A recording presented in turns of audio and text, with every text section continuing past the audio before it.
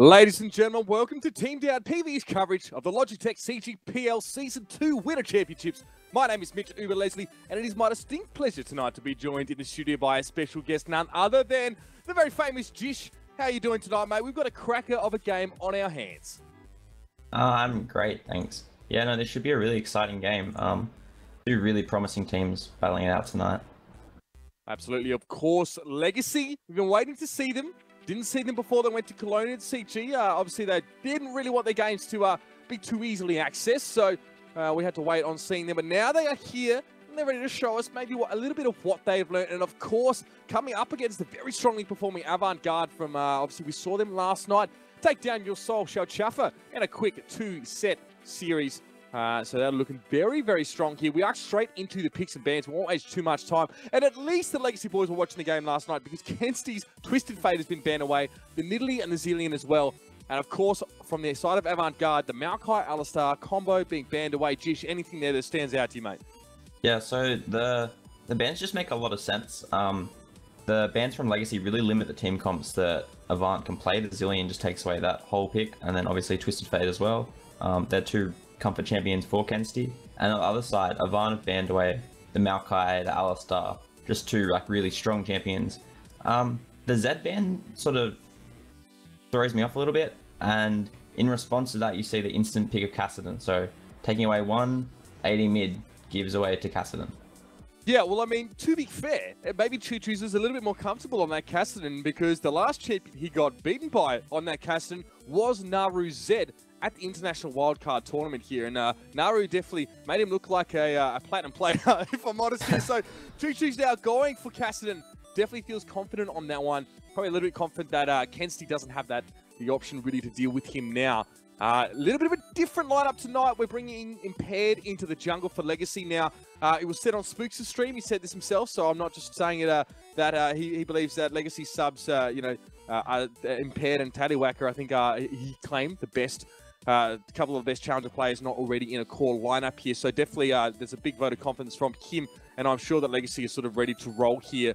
Now the pick's coming out for Avant Garde. It is going to be the Kha'Zix Yozora, surely. And it looks like Veritas wants the Tristana. Now, let's talk a bit about Veritas quickly.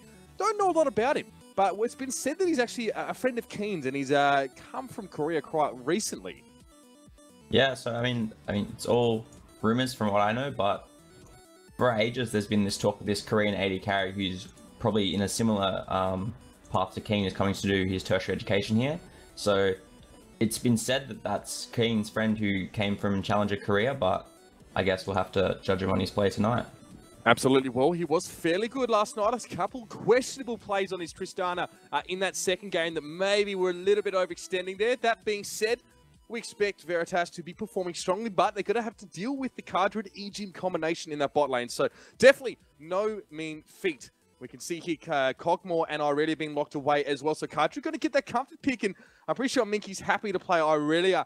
Will Kensty go for that mid lane Lucian like he did in the first game of last night? He completely crushed little cutie cheese on Kassadin.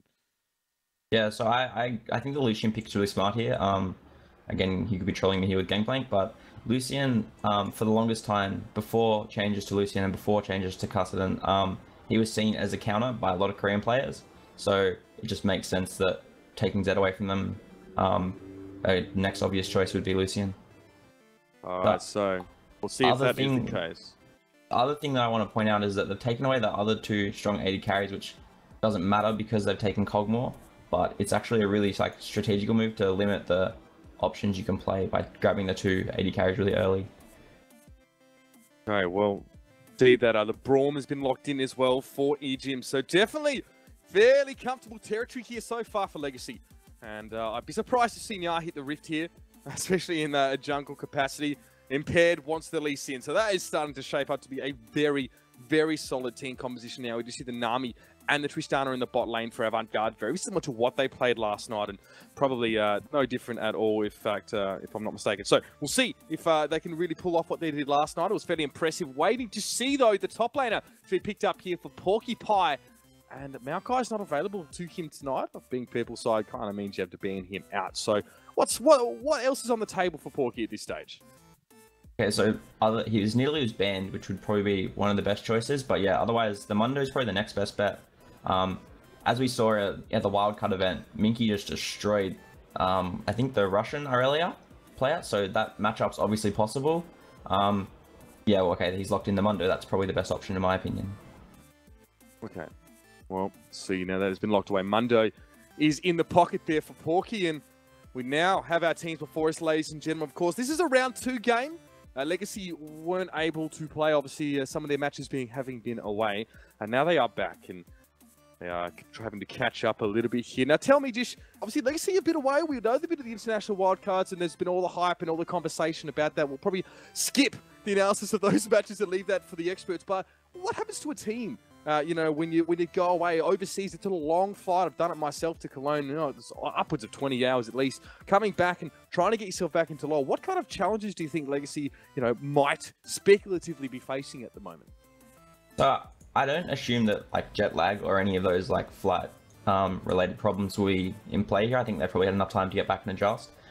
The one thing that could affect them is they might be deflated from their performance. I mean, going into it, I think that they thought they could take it out, and going down 3-0 could affect your confidence. I don't think that they will be affected by that. They're a really strong, robust team that should bounce back with a lot of resilience. I think that they'll perform fine in that regard. Their only issue could be that AV are a relatively new team and that there's not much knowledge on them that they can scout out against. Well, yeah, I mean, what can you say? I mean, we know now, obviously, Yozora is Shelby. I didn't know that last night, but that's fine. Shelby is apparently his cat's name, so you wanted a different nickname there. Nada, of course, coming from AKG, so maybe some synergy here in the bot lane for Avant Garde. We've already seen a little bit so far, so suffice to say they'll be looking to build on that at this stage. And yeah, you know, Legacy coming with a sub now as well, and I can maybe add a little bit of personal insight here as well, and I know that Legacy guys have, you know, come back to obviously having a lot of things to deal with. Choo-Choo's obviously still got his exams to deal with, and I believe the same is for Cartridge, so tons going on for them at the moment as well, but I think the key for them was definitely to come back and to try and hit the ground running as much as possible. We know everyone's eyeing off that spot at CGPL finals and wants to be a part of that. Tons of stuff happening for League of Legends at the moment, especially now with the announcements today from Riot that, you know, there's going to be stuff happening at EB Expo and PAX as well. So we're going to be absolutely packed in with a ton of League of Legends action for you guys. And hopefully, Ting Down TV are going to be there for as much as possible. So guys, if you are just joining us, my name is Uber, and I'm joined here by Jish, and we are sort of backtracking a little bit, covering a bit of a round 2 game here at the Logitech CGPL Season 2 Winter Championships. The standings, as of right now, Exodus Gaming are at the top of the ladder with 3 wins, 0 losses. Plantronics NV not far behind with 2 wins and no losses, so they've still got to play a couple of extra games as well. Team Immunity are much the same with 2 and 0, and Avant Garde are 2 and 1. So a win here can potentially propel them up to 1st or 2nd place for that matter if they can go 3-1. And it is a best of 3 series, and of course, they're looking to try and come out of this one as cleanly as possible because we are taking games for and against into account here. And now the summoners have also been revealed, ladies and gentlemen, so probably nothing to surprise you too much there. Cassidy with the teleport. I feel like that's fairly standard. Of course, Aurelia and Mundo with those as well. Now, just tell me about these compositions here. We've seen this one, a very similar one at least, or a slight variation on this one from Avant Garde last night. What do these teams do? When do they do it best? And I guess when are the best times a game for these sort of lineups? Well, sort of looking at every single champion, you have to respect that almost all of them scale, with the exception of the junglers maybe, really proficiently into the late game. So we've got like all the assassination potential from Cassidy and the dive potential with Aurelia as well. There's heaps of long range for Cogmore, so he should be well in the back. You've got the same on Avant though, because they've got the double AD carry composition, which obviously 2 is better than 1, as well as the super tank Mundo, who shouldn't die when it gets to the later game due to like all the stats he'll collect. So I think really going into the later game, neither like whichever team gets a strong advantage should just outscale faster in that respect. There's no clear advantage early game. It's going to be on the junglers, who are both early game centric, obviously, to really try and get the advantage for their team. What we saw last night was Yozora being very, very impactful early on, you know, especially on his Lee Sin. The way he shut down Guo, trying to jungle Kha'Zix there. It was straight away. He went straight to red, sort of 1v1 him. Kenzie rotated straight up from mid. A ton of damage out of Lucian even earlier on in the game because of the light slinger passive. His ability to get those extra auto attacks is really, really devastating, especially when you're already half health from trying to take a buff anyway. So I don't doubt the Yozora is looking to do that here. Impaired has probably got to help Choo Choo's out as much as he possibly can. We saw what sort of Kenzie did last night, the little cutie cheese. It's probably illegal in a few countries, if I'm honest. Made it very, very hard for that Casson to really get built up. And despite this little cutie cheese did manage to go 7-2-2 at sort of towards the end of the game, but the rest of his team just weren't there with him. It's going to be a matter of fundamentals here. It's going to be a matter of laning. It's going to be a matter of getting, accruing the gold, getting the CS, I think here in Australia, we get fed so much about these crisp rotations and cute little plays around Dragon and, buddy jungling and all that sort of thing. Both these teams probably need to focus on the fundamentals here and really make sure they can get off to a flying start. I feel like these matchups, I don't know, Jish, you could probably say yes or no on this one, that these guys probably should be fairly used to these matchups and kind of know what to expect here. But the level 1 is where we're looking at now as we roll out onto the Rift. What do we expect to see here? Does either team want to make a lane swap? Do we want to see an invade early at all or not? I think that most of these players actually respect their opponent, so I think that alone probably wants to put them in the 2v2. As far as lane swaps go, there's no real clear advantage. I mean, both teams have scaling 80 carries, so they both benefit from it. Braum's really good in a 2v2, so there's that to consider. There will be a lot of pressure on the Kassadin, so it probably is important for Avant to keep it 2v2 so that the jungler's free to just gank and gank and gank, I think, anyway. All right, well, let's see how that pans out. Now, Nada actually out trading Cardred early on in the piece there. Kind of helps when you can get a bit of health back while dealing a bit of damage there. So, yeah, the ebb and flow paying dividends for Nada right now. Cardred probably getting a little bit salty there. The damage that he's been sort of copying, and we can see Ejim is sort of just rotating out quickly. Nada is going to head back and maybe add an extra pot to the tally, but at least get some of that health at the moment. Legacy staving off a little bit of an incursion here from Porky. He just pokes his head over towards that blue buff area. Don't really think he's going to be trying to attempt to make anything there as well. Minky set himself up in the mid lane just in case, but it looks like both these teams are going to go fairly passive early on. Yeah, and they're probably best to. There's no need necessarily for them to try get an early advantage because they're both pretty relaxed as far as it goes. Like, they always want to scale. There's no need for them to try force anything that could hinder that.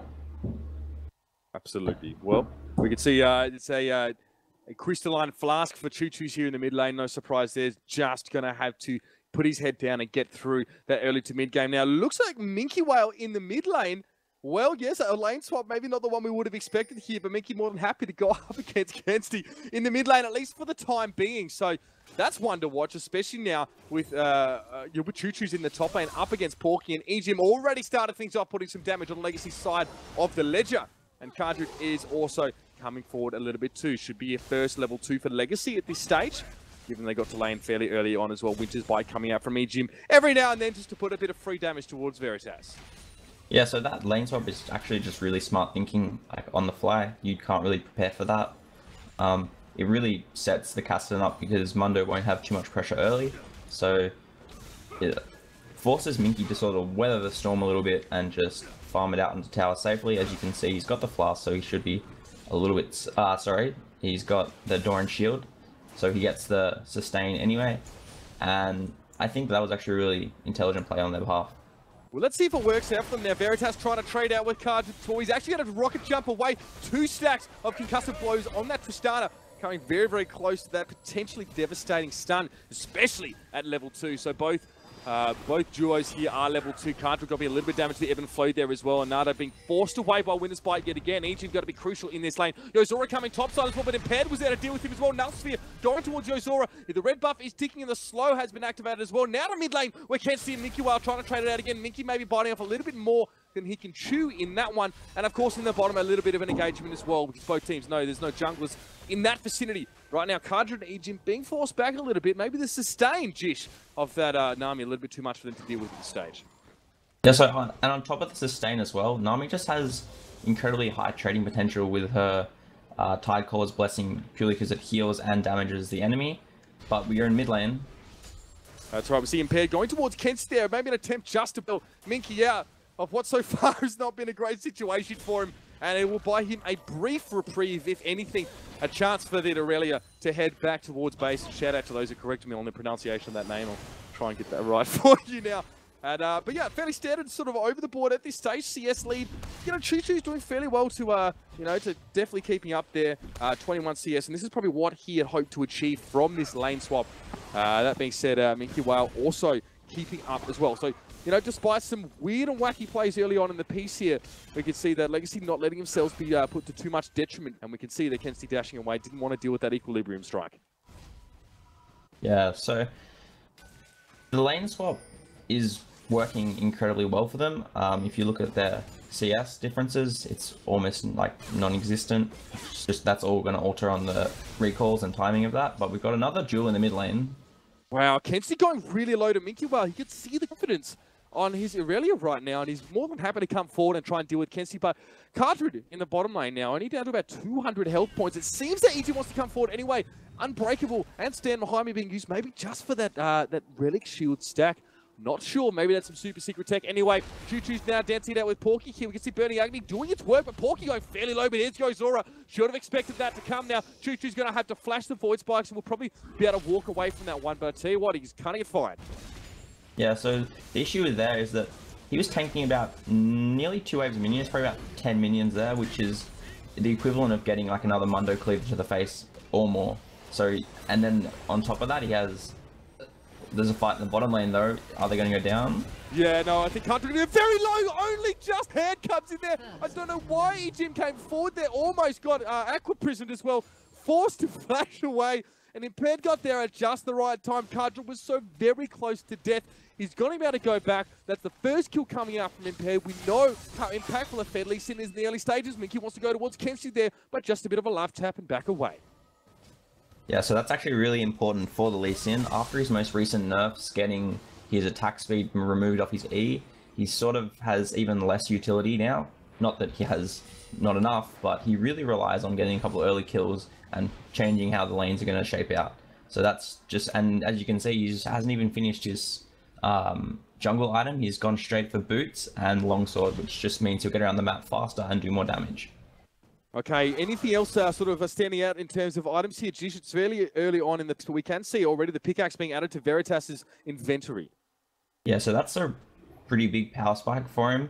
At the moment, there's generally two... Well, a bit of trading going back and forth now, though.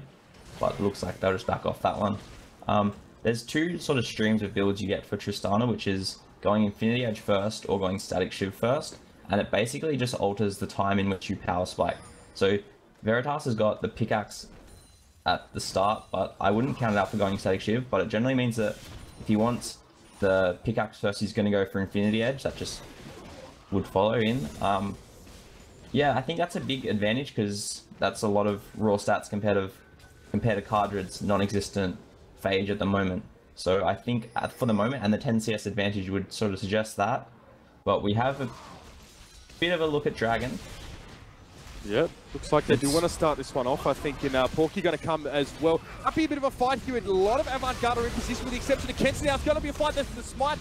Doesn't actually take the Dragon, but it's still going to go towards Cardred. Then we can see Gazora being forced to flash away. Veritas kicked into a veritable mess of Legacy players, and he will get dropped down as well. Porky trying to get away. He should be able to. That Saturn isn't going to help. Now, Impaired is caught up a little bit here. He needs to try and safeguard away from this one, and he will. It's going to be a one-for-none fight there. Veritas was the one to drop. A Dragon also coming up for Legacy. And Avant Garde not really coming out with much from that fight, but Choo Choo's got to be careful here. He's caught in that Dragon Pit, but of course does have his Rift Walk available to him eventually. He'll be able to get out of there. Yeah, so that's just seeing the Lucian heading top. There's really no reaction time for Avant to stop that Dragon. They have Lee Sin, who didn't actually secure the Dragon, which is a bit of a mistake on his part, but it's relatively hard to take it off them. And then, as you saw, the fight folded out 4v5 without arguably one of your biggest threats at the moment. It's going to result in Legacy taking everything that they want. Right, well, so far so good. They didn't quite get in blue, though. That's going to go over, if I'm not mistaken, to Kenzie. And help from Ozora, they're definitely paying off. Nada trying to deal with Cardred. Cardred a little bit low on mana, but Nada maybe can't really trade for a prolonged period here with that Cogmore, despite only a Doran's and a longsword in his inventory. Still doing a nice little amount of damage, but a chance now for him to show a couple waves in under Cartridge turret. He is absolutely out of mana. He doesn't yet have that level 6 either. Now, that finally does come up. Important milestone for him, essentially. We'll have to see how he puts that to his best use later on. Yozora going to be taking away that red buff now as well. Hasn't maybe been as impactful as he'd like to be. A little bit caught in a couple of situations, but so far it's been Veritas that's been feeding the kills over a little bit at this stage. Unbreakable from EGIM just to maybe make it a little bit harder to shove that wave in under. Yeah, so despite having no mana, you saw how much damage the Cogmore ulti will do with the Living Artillery. It's just a massive power spike for him. It's almost unmatched by their opposition at the moment. He'll go back, he'll buy more, he'll come back to lane, and there'll be a lot of pressure on Avant to not make mistakes.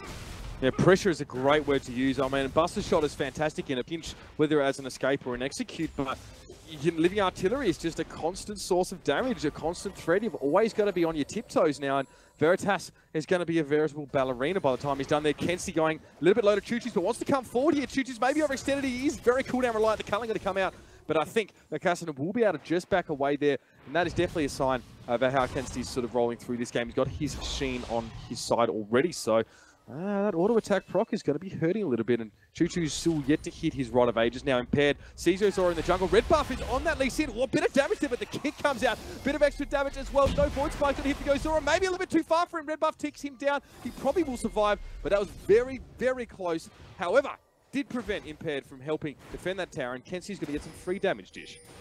Yeah, so you saw the damage that... or is Minky going to get them?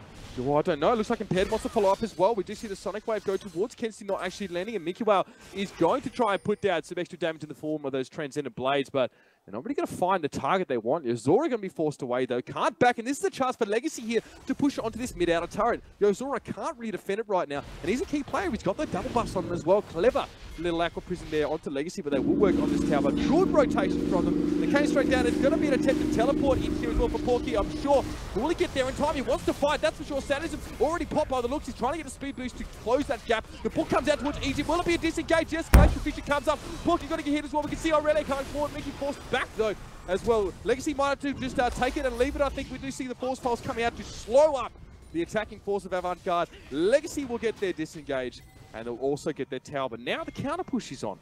They've got to try and hold this one a little bit. I mean, there's plenty of poke to be had here if you're an Avant Garde player. Force Pulse again coming out for the extra damage. Just trying to clear that wave. Good Unbreakable there from EGIM as well. Clearing the wave and defending the tower only for now. Wow, Choo-Choo wants to come forward. No, gets caught in the Aqua Prison. The Culling coming out across the top as well. Just not quite enough damage behind those shots yet, Jish. Yeah, so it's probably a really good result for Legacy, although they just have to be really cautious here for the counter push because they don't have much wave clear on their side in terms of individuals.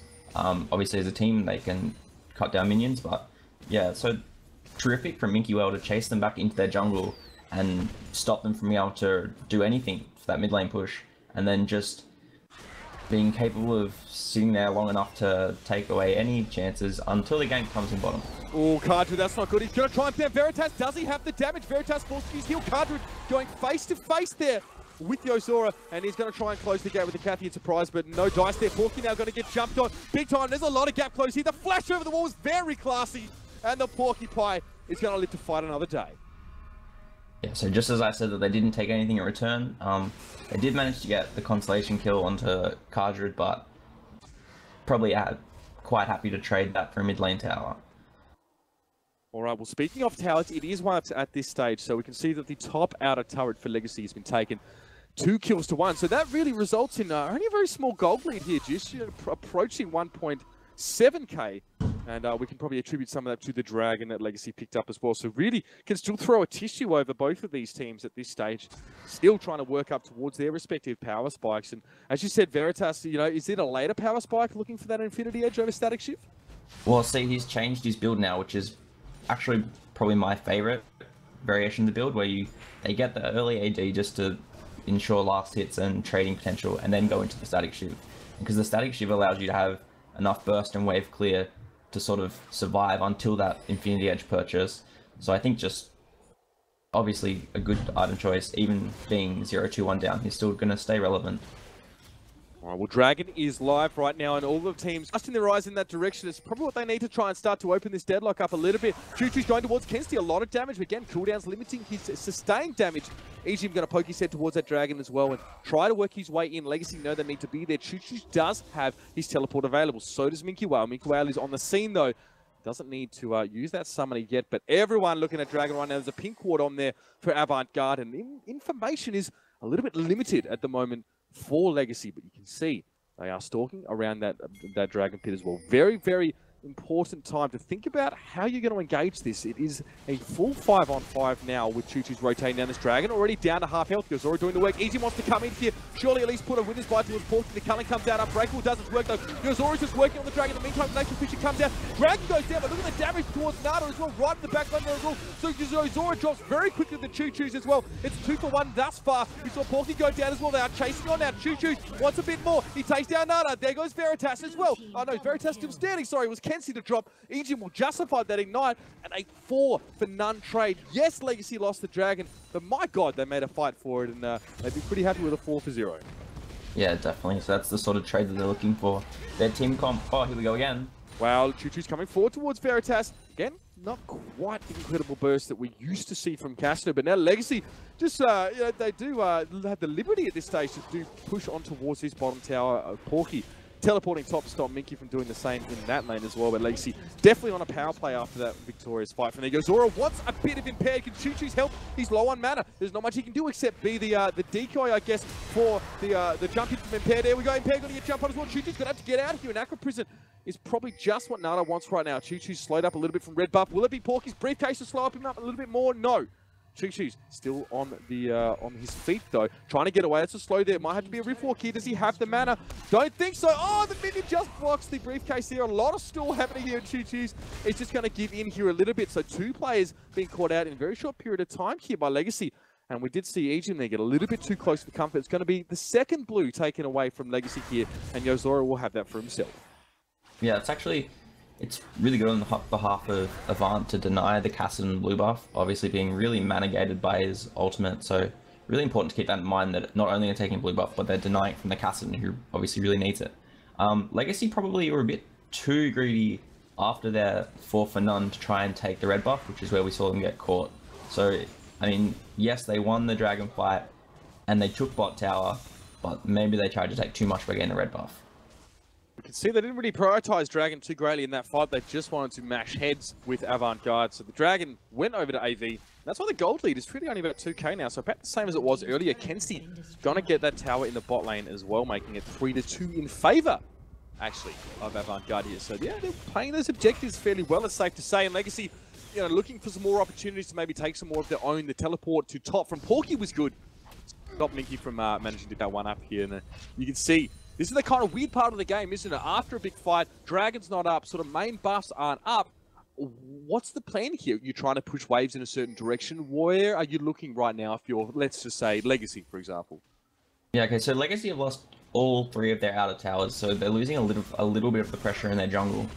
But on the other side of that, they only have to get 1 to gain the same advantage. So Lagacy really need to start controlling the waves, get slow pushing, and then try utilize the fact that they have 1 teleport advantage at the moment, with both the top laners lacking a teleport, to try and shape a fight in their favor, with Kassadin being able to push to the bottom lane. He should be able to 1v1 or at least survive against anyone with his ultimate just to escape. So there's a lot of pressure going into the bottom lane, which they have to answer to, obviously, whilst the rest of the team is trying to group top. And we actually see them trying to make a bit of a pick here.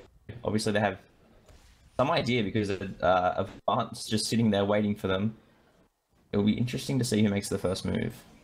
The sweeper being used in that bush there as well, and Nada just trying to make sure that they're not being spotted out here. Yozora coming forward. Minky maybe throwing a decoy ward there. That is baited Yozora in nicely. The jump away, will it be enough? No, the resonating strike is going to hit as well as that frozen the rift in the ground, of course, is going to be made there by EGM. Nada going to get tagged there as well under the tower. EGM going to cop a little bit of damage as well. Glacial Fissure, now that I recall it, was a crucial tool there for EGM now. Easy turret, 2 kills, and very clever little bait wall placed there by Minky now. Lagacy again with the power play.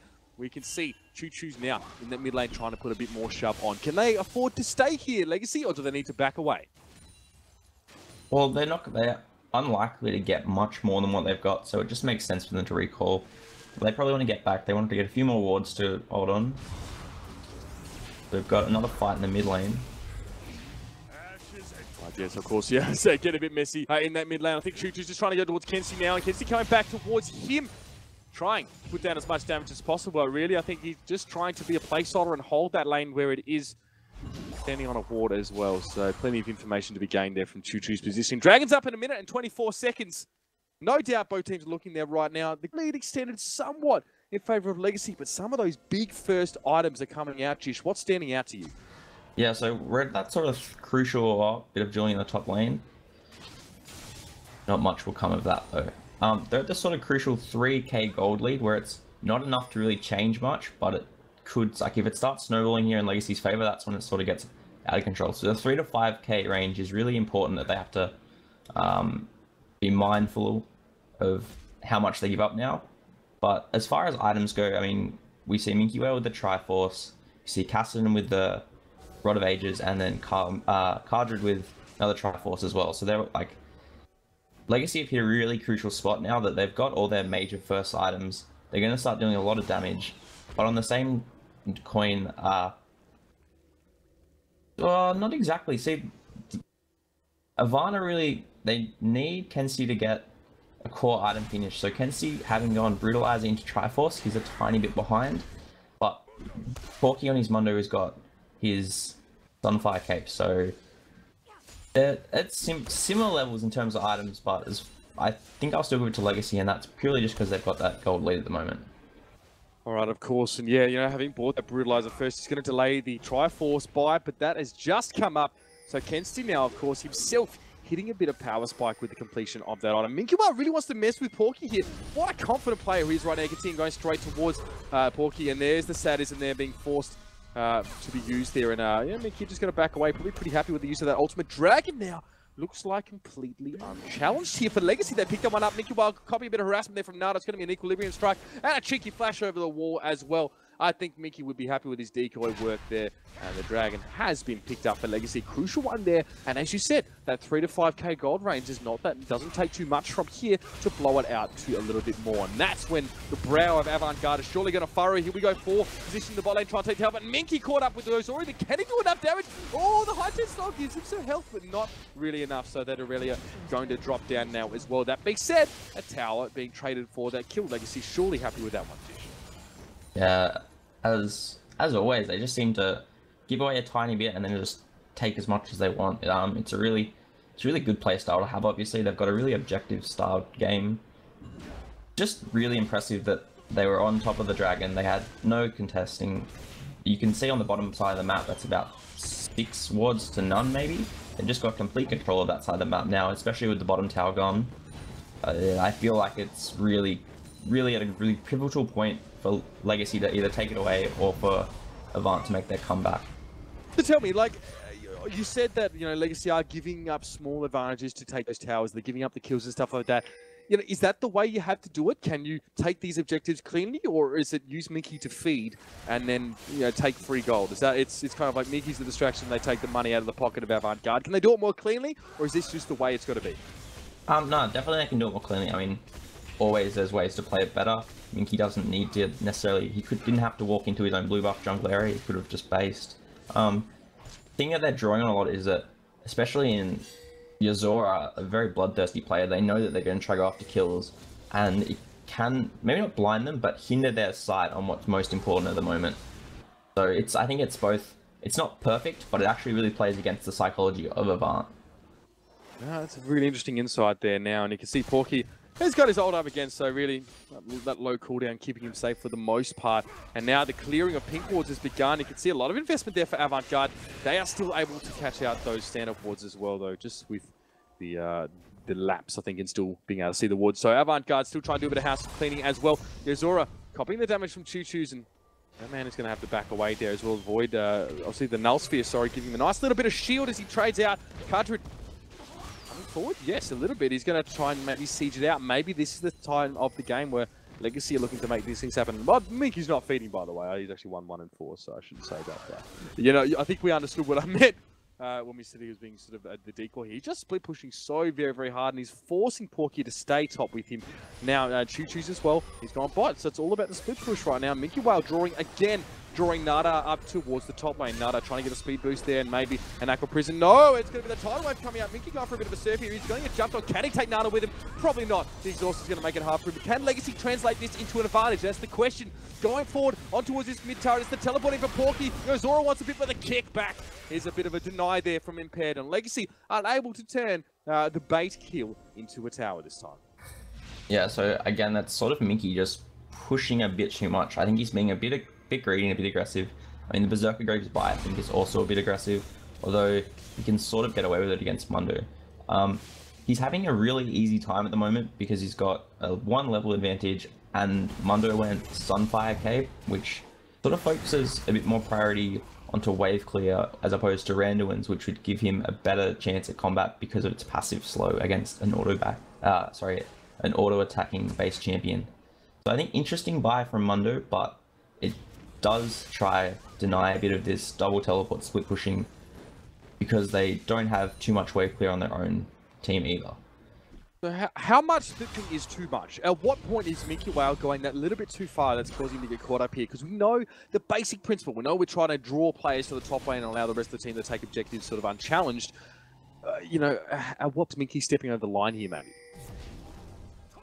I think what we're seeing is that, although definitely not in this scenario because Legacy has 4 people postured on the top side, but he seems to be a bit too far forward where his team's not ready to react to it. So as we saw in the last play, Legacy started hitting onto that mid lane tower after Minky was already dead, so it made his sacrifice not worth it, sort of thing. Like, there was no gain from his death.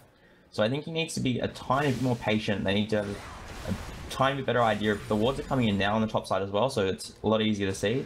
But they just need to be a little bit more patient in letting the team get into position so that if they commit to Minky, which they had 3 top sides, then they're just going to take an objective off it.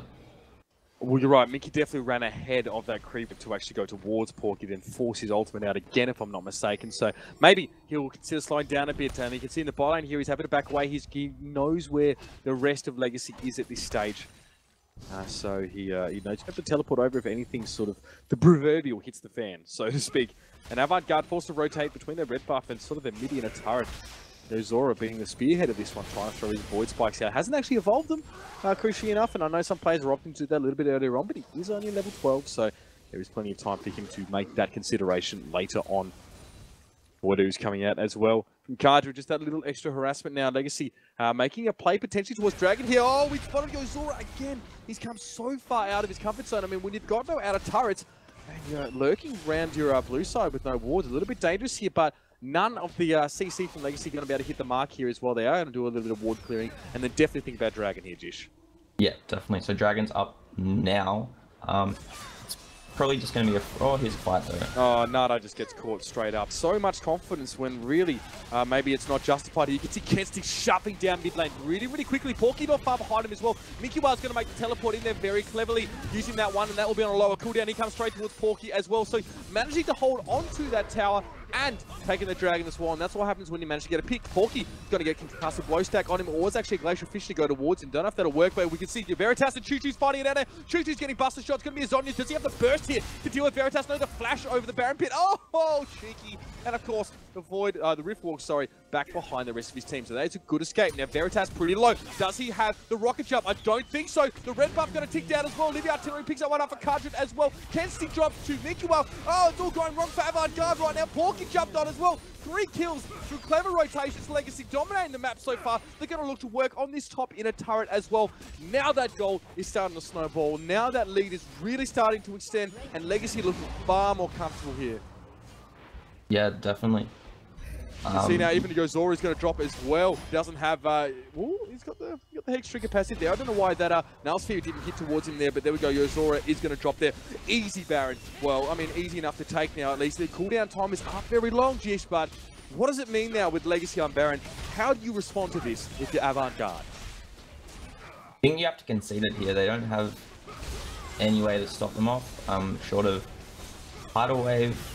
But even that's not going to do much. Nada has to be careful he doesn't get caught here. And the Unbreakable coming in to stop it anyway. Yeah, fair enough as well. Making sure that Avant Garde would just had no chance of taking that Baron away now. Gold lead is increased by quite a large amount, actually. If it's blown out very quickly now to 10k. A series of small mistakes, Jish, is safe to say. Only small ones have cost Avant Garde a heck of a lot. Some very cheeky play from Choo-Choo's there. Zonya's flash, Rift Walk. Everything at his disposal to escape, and he's doing his job now as Caster, really just creating a distraction and using his mobility to his advantage. Yeah, I think he's really just sorry.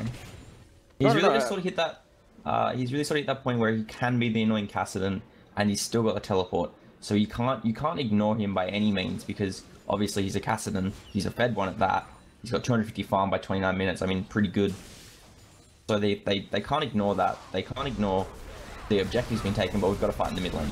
There's alright again, wants to come towards him. Very clever play here. He was caught out. And Cathian, surprise, will it work? No, Pyrrhic victory there for Cardred. Obviously, Lagacy now without their AD carry. Let's see here if Lagacy can maybe create something with that one less player. And Rusty's probably going to give me a bit of stink for using Pyrrhic incorrectly there. I had to try anyway. Egypt now going to throw the Unbreakable out there, just staving off a little bit of damage. A brief reprieve for Avant Garde here with Cardred being down, but what do you do to make up a deficit like this, Jish? There's not a lot. They've gone past that 5k. It's just shy of 10k by not much gold at all. They really got to try to be patient, and they can't give away anything else. They're at the point where much more is just going to be their fate sealed. They haven't even got a lot of wave clear too, which is quite worrying. They've got the static shiv, but that's obviously not up whenever he needs it. They've got Lucian, who has his culling, but that's about it.